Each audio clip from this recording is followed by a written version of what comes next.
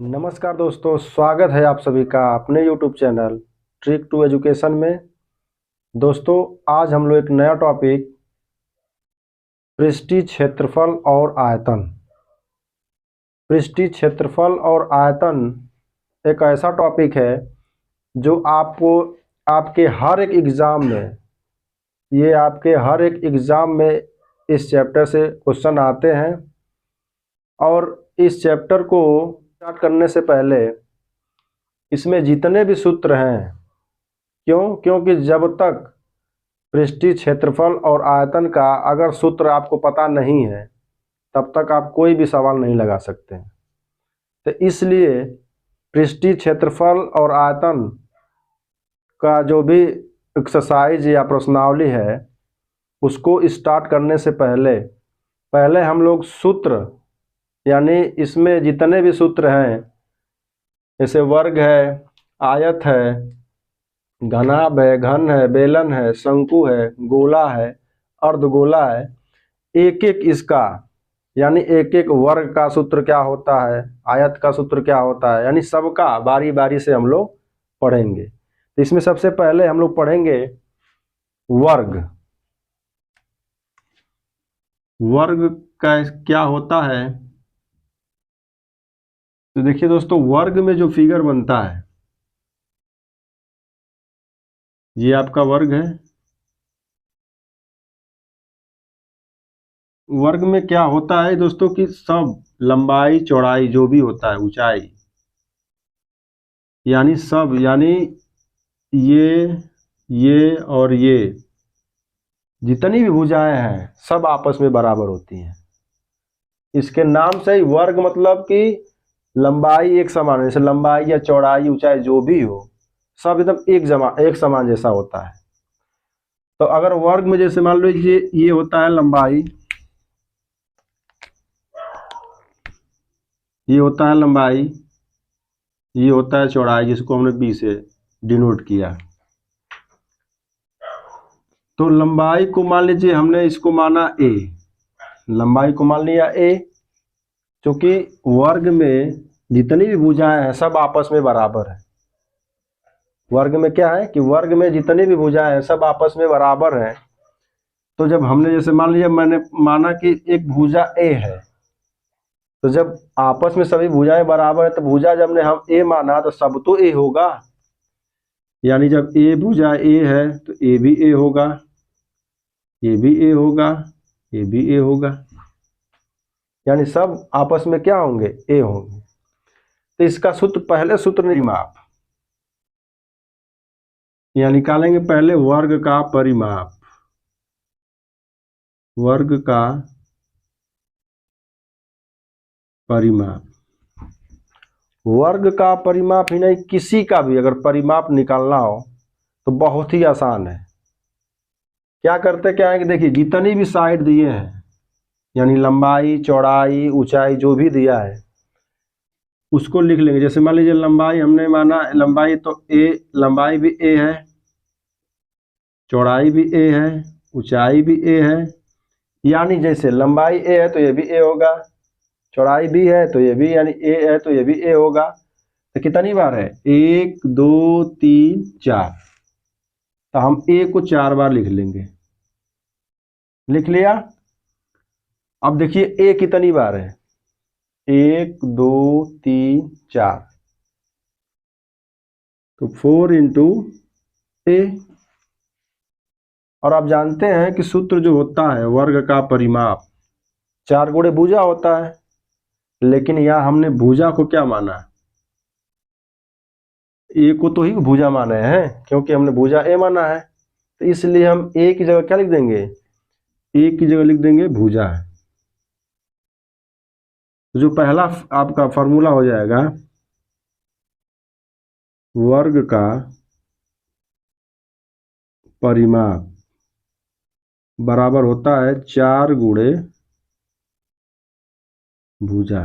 ये हो गया आपका पहला फॉर्मूला। ठीक है दोस्तों, वर्ग का परिमाप सूत्र क्या होता है, 4 गुणे भुजा। अब दूसरा इसमें फार्मूला ये बनता है, ये तो परिमाप था, कि वर्ग का क्षेत्रफल, दूसरा जो फार्मूला बनेगा आपका वो बनेगा वर्ग का क्षेत्रफल। वर्ग का क्षेत्रफल में क्या होगा, देखिए किसी भी आयत हो चाहे वर्ग हो, उसका क्षेत्रफल निकालने के लिए दो चीजों का होना आवश्यक है। पहले या तो एक लंबाई होगी, एक चौड़ाई होगा। तो यहाँ पे देखिए लंबाई भी, देखिए माना ये लंबाई है, ये चौड़ाई है। चूंकि वर्ग में सारी भुजाएं आपस में बराबर हैं, तो हमको क्षेत्रफल निकालना, तो क्षेत्रफल में दो चीज होना जरूरी है, एक तो लंबाई, दूसरी चौड़ाई। तो हमने लंबाई को क्या माना है, ए माना है। बी को क्या माना है, वो भी ए है। यानी ए इंटू ए बराबर हो जाएगा ए स्क्वायर।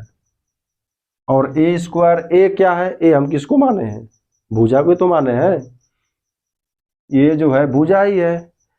तो जब ये वर्ग का क्षेत्रफल जो सूत्र होगा, वर्ग का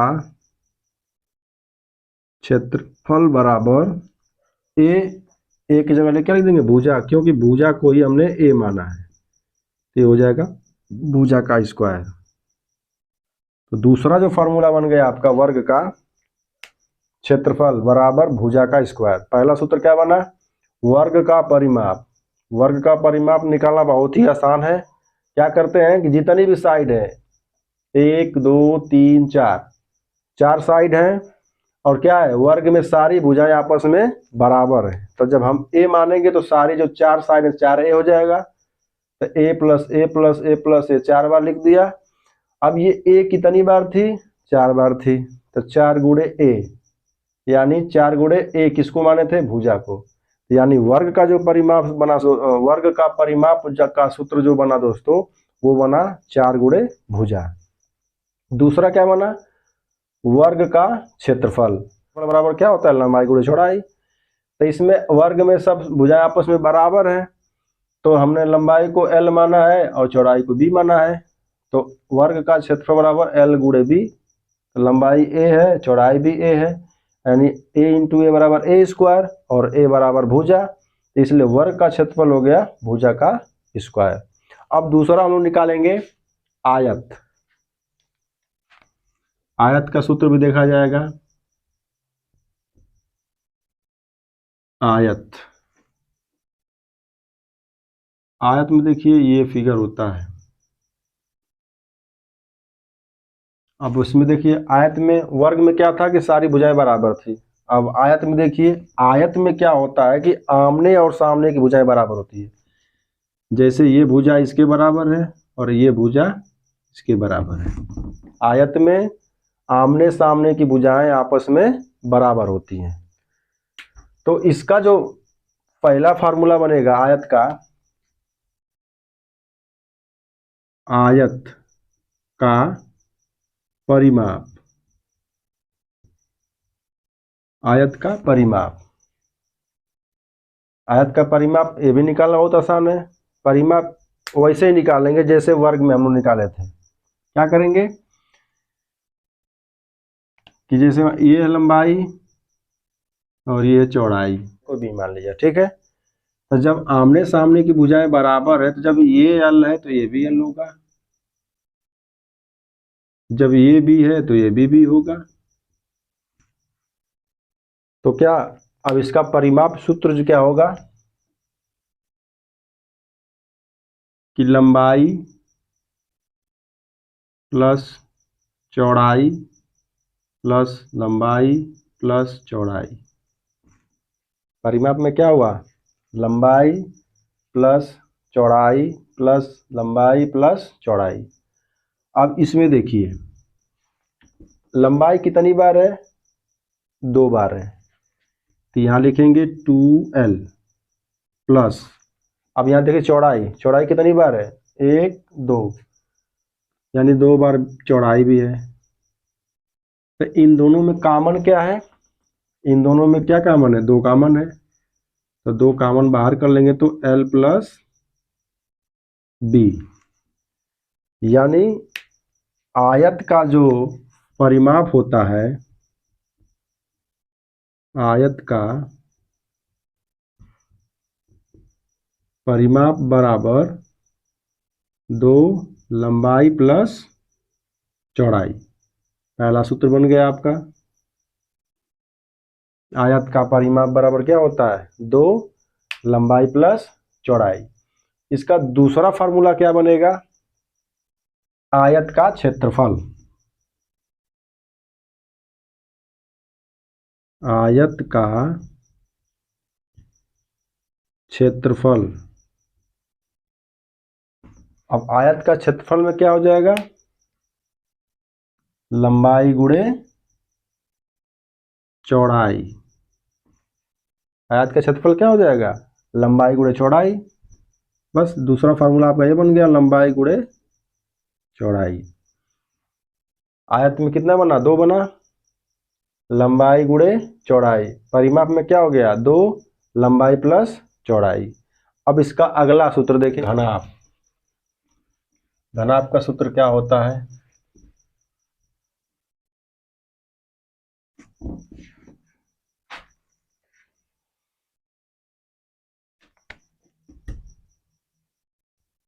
घनाभ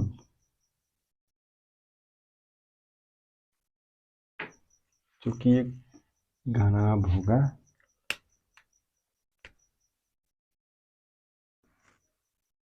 देखिए घनाभ में, घनाभ का सूत्र फिगर देखिए पहले।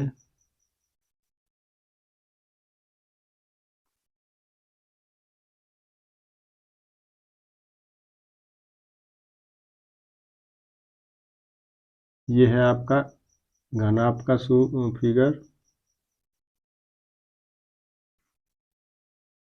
इसमें घनाभ में ये लंबाई होता है, ये चौड़ाई होता है और ये ऊंचाई होता है। यहाँ हम लंबाई को L से प्रदर्शित करेंगे और चौड़ाई को B से और ऊंचाई को H से। ठीक है। अब इसमें देखिए, इसमें घनाभ में देखा जाए कि फलक कितने होते हैं। फलक जैसे मान लीजिए ये डेस्टर, देखिए ये डेस्टर है ना, ये डेस्टर में, डेस्टर से बढ़िया थोड़ा सा ये डब्बा देना। ये देखिए ऐसा आकार है कि नहीं है? है ना।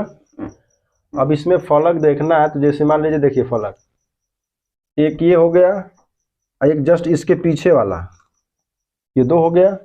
यानी देखिए 1 2 3 4 5 6, यानी सबसे इसमें कितने फलक कितने हो गए? घनाभ में फलक कितने होते हैं? 6। जब 6 जब हो गए तो इसमें अब घनाभ का जो सूत्र बनेगा, घनाभ में अभी हमने बताया था कि सब इसमें 2 2 होता है, यानी 2 लंबाई होती है, 2 चौड़ाई होती है, 2 ऊंचाई होती है। तो इसमें पहला जो सूत्र बनेगा घनाभ का पृष्ठीय क्षेत्रफल। तो जो घनाभ का पृष्ठीय क्षेत्रफल सूत्र होता है वो होता है 2 लंबाई चौड़ाई प्लस चौड़ाई ऊंचाई प्लस ऊंचाई लंबाई। यानी जो घनाभ का पृष्ठीय चौड़ाई प्लस चौड़ाई ऊंचाई प्लस ऊंचाई और लंबाई। दूसरा आप सूत्र क्या बनेगा? घनाभ का आयतन। अब बताइए घनाभ का आयतन। आयतन का मतलब कि इसी घनाभ का, माने घनाभ में एक लंबाई होगी, एक चौड़ाई होगी, एक ऊंचाई होगी। तो हमने देखिए लंबाई को क्या माना है? L माना है। और लंबाई को L माना है, चौड़ाई को B माना है, ऊंचाई को H माना है। अगला जो होगा घनाभ का आयतन। ये घनाभ का पृष्ठीय क्षेत्रफल था, इसमें 2 लंबाई 2 चौड़ाई 2 ऊंचाई होता है। तो हमने 2 सब में से कॉमन कर लिया, तो 2 लंबाई चौड़ाई प्लस चौड़ाई ऊंचाई प्लस ऊंचाई और लंबाई। अब घनाभ का आयतन, घनाभ का आयतन में हो जाएगा क्या? लंबाई है, चौड़ाई है और ऊंचाई है, तो लिखेंगे लंबाई गुणे चौड़ाई गुणे ऊंचाई। ये हो गया घनाभ का आयतन। अब घनाभ का क्षेत्रफल निकाल लें। देखिए घनाभ का क्षेत्रफल का मतलब जैसे आप अपने एक रूम को मान लीजिए, तो रूम में क्या होगा, एक लंबाई होगी, एक चौड़ाई होगी और एक ऊंचाई होगा। और इसमें क्षेत्रफल में नीचे और ऊपर का क्षेत्र नहीं निकाला जाता है, सिर्फ क्या क्या होगा, लंबाई होगी, चौड़ाई होगी और ऊंचाई होगा। तो जो इसका सूत्र बनेगा वो बनेगा 2 लंबाई प्लस चौड़ाई इंटू ऊंचाई। घनाभ का जो क्षेत्रफल बनेगा वो क्या बनेगा, 2 लंबाई प्लस चौड़ाई यहाँ पे है, लंबाई प्लस चौड़ाई इंटू ऊंचाई। तो ये हो गया घनाभ का पृष्ठीय क्षेत्रफल हो गया, घनाभ का आयतन हो गया और घनाभ का क्षेत्रफल हो गया। अब आगे हम लोग देखेंगे सूत्र चौथा घन का। घन का सूत्र क्या होता है, चलिए दोस्तों देखिए। अब घन का फिगर जो होगा, घन में चारों भुजाएं बराबर होती हैं। घन में चारों भुजाएं बराबर होती हैं। ये हो गया आपका घन, यानी लंबाई, चौड़ाई और ऊंचाई सब आपस में बराबर होती हैं। क्यों? क्योंकि घन में क्या है कि सारी जो भी भुजाएं हैं आपस में सब क्या है, बराबर है। जब बराबर है तो मान इसमें अगर हम इस कोई भुजा अगर ए मान लेते हैं तो ए बी होगा, ए बी होगा और ए बी होगा। अब इसमें घन में देखिए, घन में कि घन का सूत्र, अगर इसमें फलक इसमें भी पूछा जाए तो इसमें भी 6 ही होगा। कितनी होंगी, 6। कैसे, ये तो मान लीजिए घनाभ है, लेकिन इसको इमेजिन करिएगा। तो जैसे मान लीजिए एक ये हो गया, 2 3 4 5 6, तो इसमें भी कितना है, 6। तो इसका जो पहला आपका सूत्र बनेगा वो बनेगा घन का संपूर्ण पृष्ठ क्षेत्रफल। घन का संपूर्ण पृष्ठ क्षेत्रफल। तो कितनी इसमें से साइड होती है, 6। लिखेंगे 6 इंटू, अब यहाँ लंबाई चौड़ाई है तो 6 इंटू भुजा, 6 इंटू भुजा का स्क्वायर होता है। घन का संपूर्ण पृष्ठ क्षेत्रफल क्या होता है, 6 गुणे भुजा का स्क्वायर, और हम भुजा को क्या माने हैं, 6 इंटू ए स्क्वायर, या कह सकते हैं 6 ए स्क्वायर। ये हो गया घन का संपूर्ण पृष्ठीय क्षेत्रफल। दूसरा क्या बनेगा, घन का आयतन। घन का आयतन। अब घन का आयतन में सूत्र क्या होगा, यहाँ देखिए घन का आयतन होता है लंबाई गुणे चौड़ाई गुणे ऊंचाई। तो यहाँ घन में क्या है, लंबाई भी बराबर है, लंबाई भी, चौड़ाई भी और ऊंचाई भी सब आपस में क्या है, बराबर है। तो लंबाई ए हो गया, चौड़ाई भी ए हो गया और ऊंचाई भी ए हो गया। तो बताइए ए इंटू ए कितनी बार है, 3 बार। तो ए हो जाएगा ए क्यूब, या कह सकते हैं ए हमने किसको माना है, भुजा को, तो यहाँ हो जाएगा भुजा का क्यूब। तो घन का आयतन जो सूत्र बना वो बना क्या, भुजा का क्यूब। इसका अगला फार्मूला बनेगा क्या, घन का विकर्ण। घन का विकर्ण। तो घन का विकर्ण में क्या होगा, जैसे यहीं से मान लीजिए ये घन का विकर्ण जो पाइथागोरस की प्रमेय होती है ना, उसी पे निकलेगा। तो घन का विकर्ण, तो घन का विकर्ण वो होता है √3a। ए को क्या लिखते हैं, √3 इंटू भुजा, यानी घन का जो विकर्ण होगा वो हो जाएगा √3 इंटू भुजा। रुको दोस्तों, घन का मैं निकाल लिया। घन का संपूर्ण पृष्ठीय क्षेत्रफल क्या होता है, 6 गुणे भुजा का स्क्वायर यानी 6 इंटू ए स्क्वायर। और घन का आयतन क्या होता है, भुजा का क्यूब यानी ए क्यूब। और विकर्ण क्या होता है, √3 भुजा।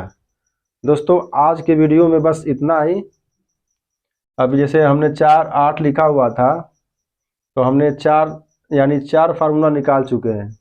तो यानी ये पार्ट 1 आपका था। पार्ट 1 में हमने 4 फार्मूला निकाल चुके हैं हम लोग। अब इसका जो 4 बचेगा शेष अगले पार्ट यानी। दोस्तों ये छोटी सी वीडियो थी। अगर ये वीडियो आप लोगों को पसंद आया हो तो लाइक करें, कमेंट करें, सब्सक्राइब करें और शेयर करना ना भूलें। धन्यवाद।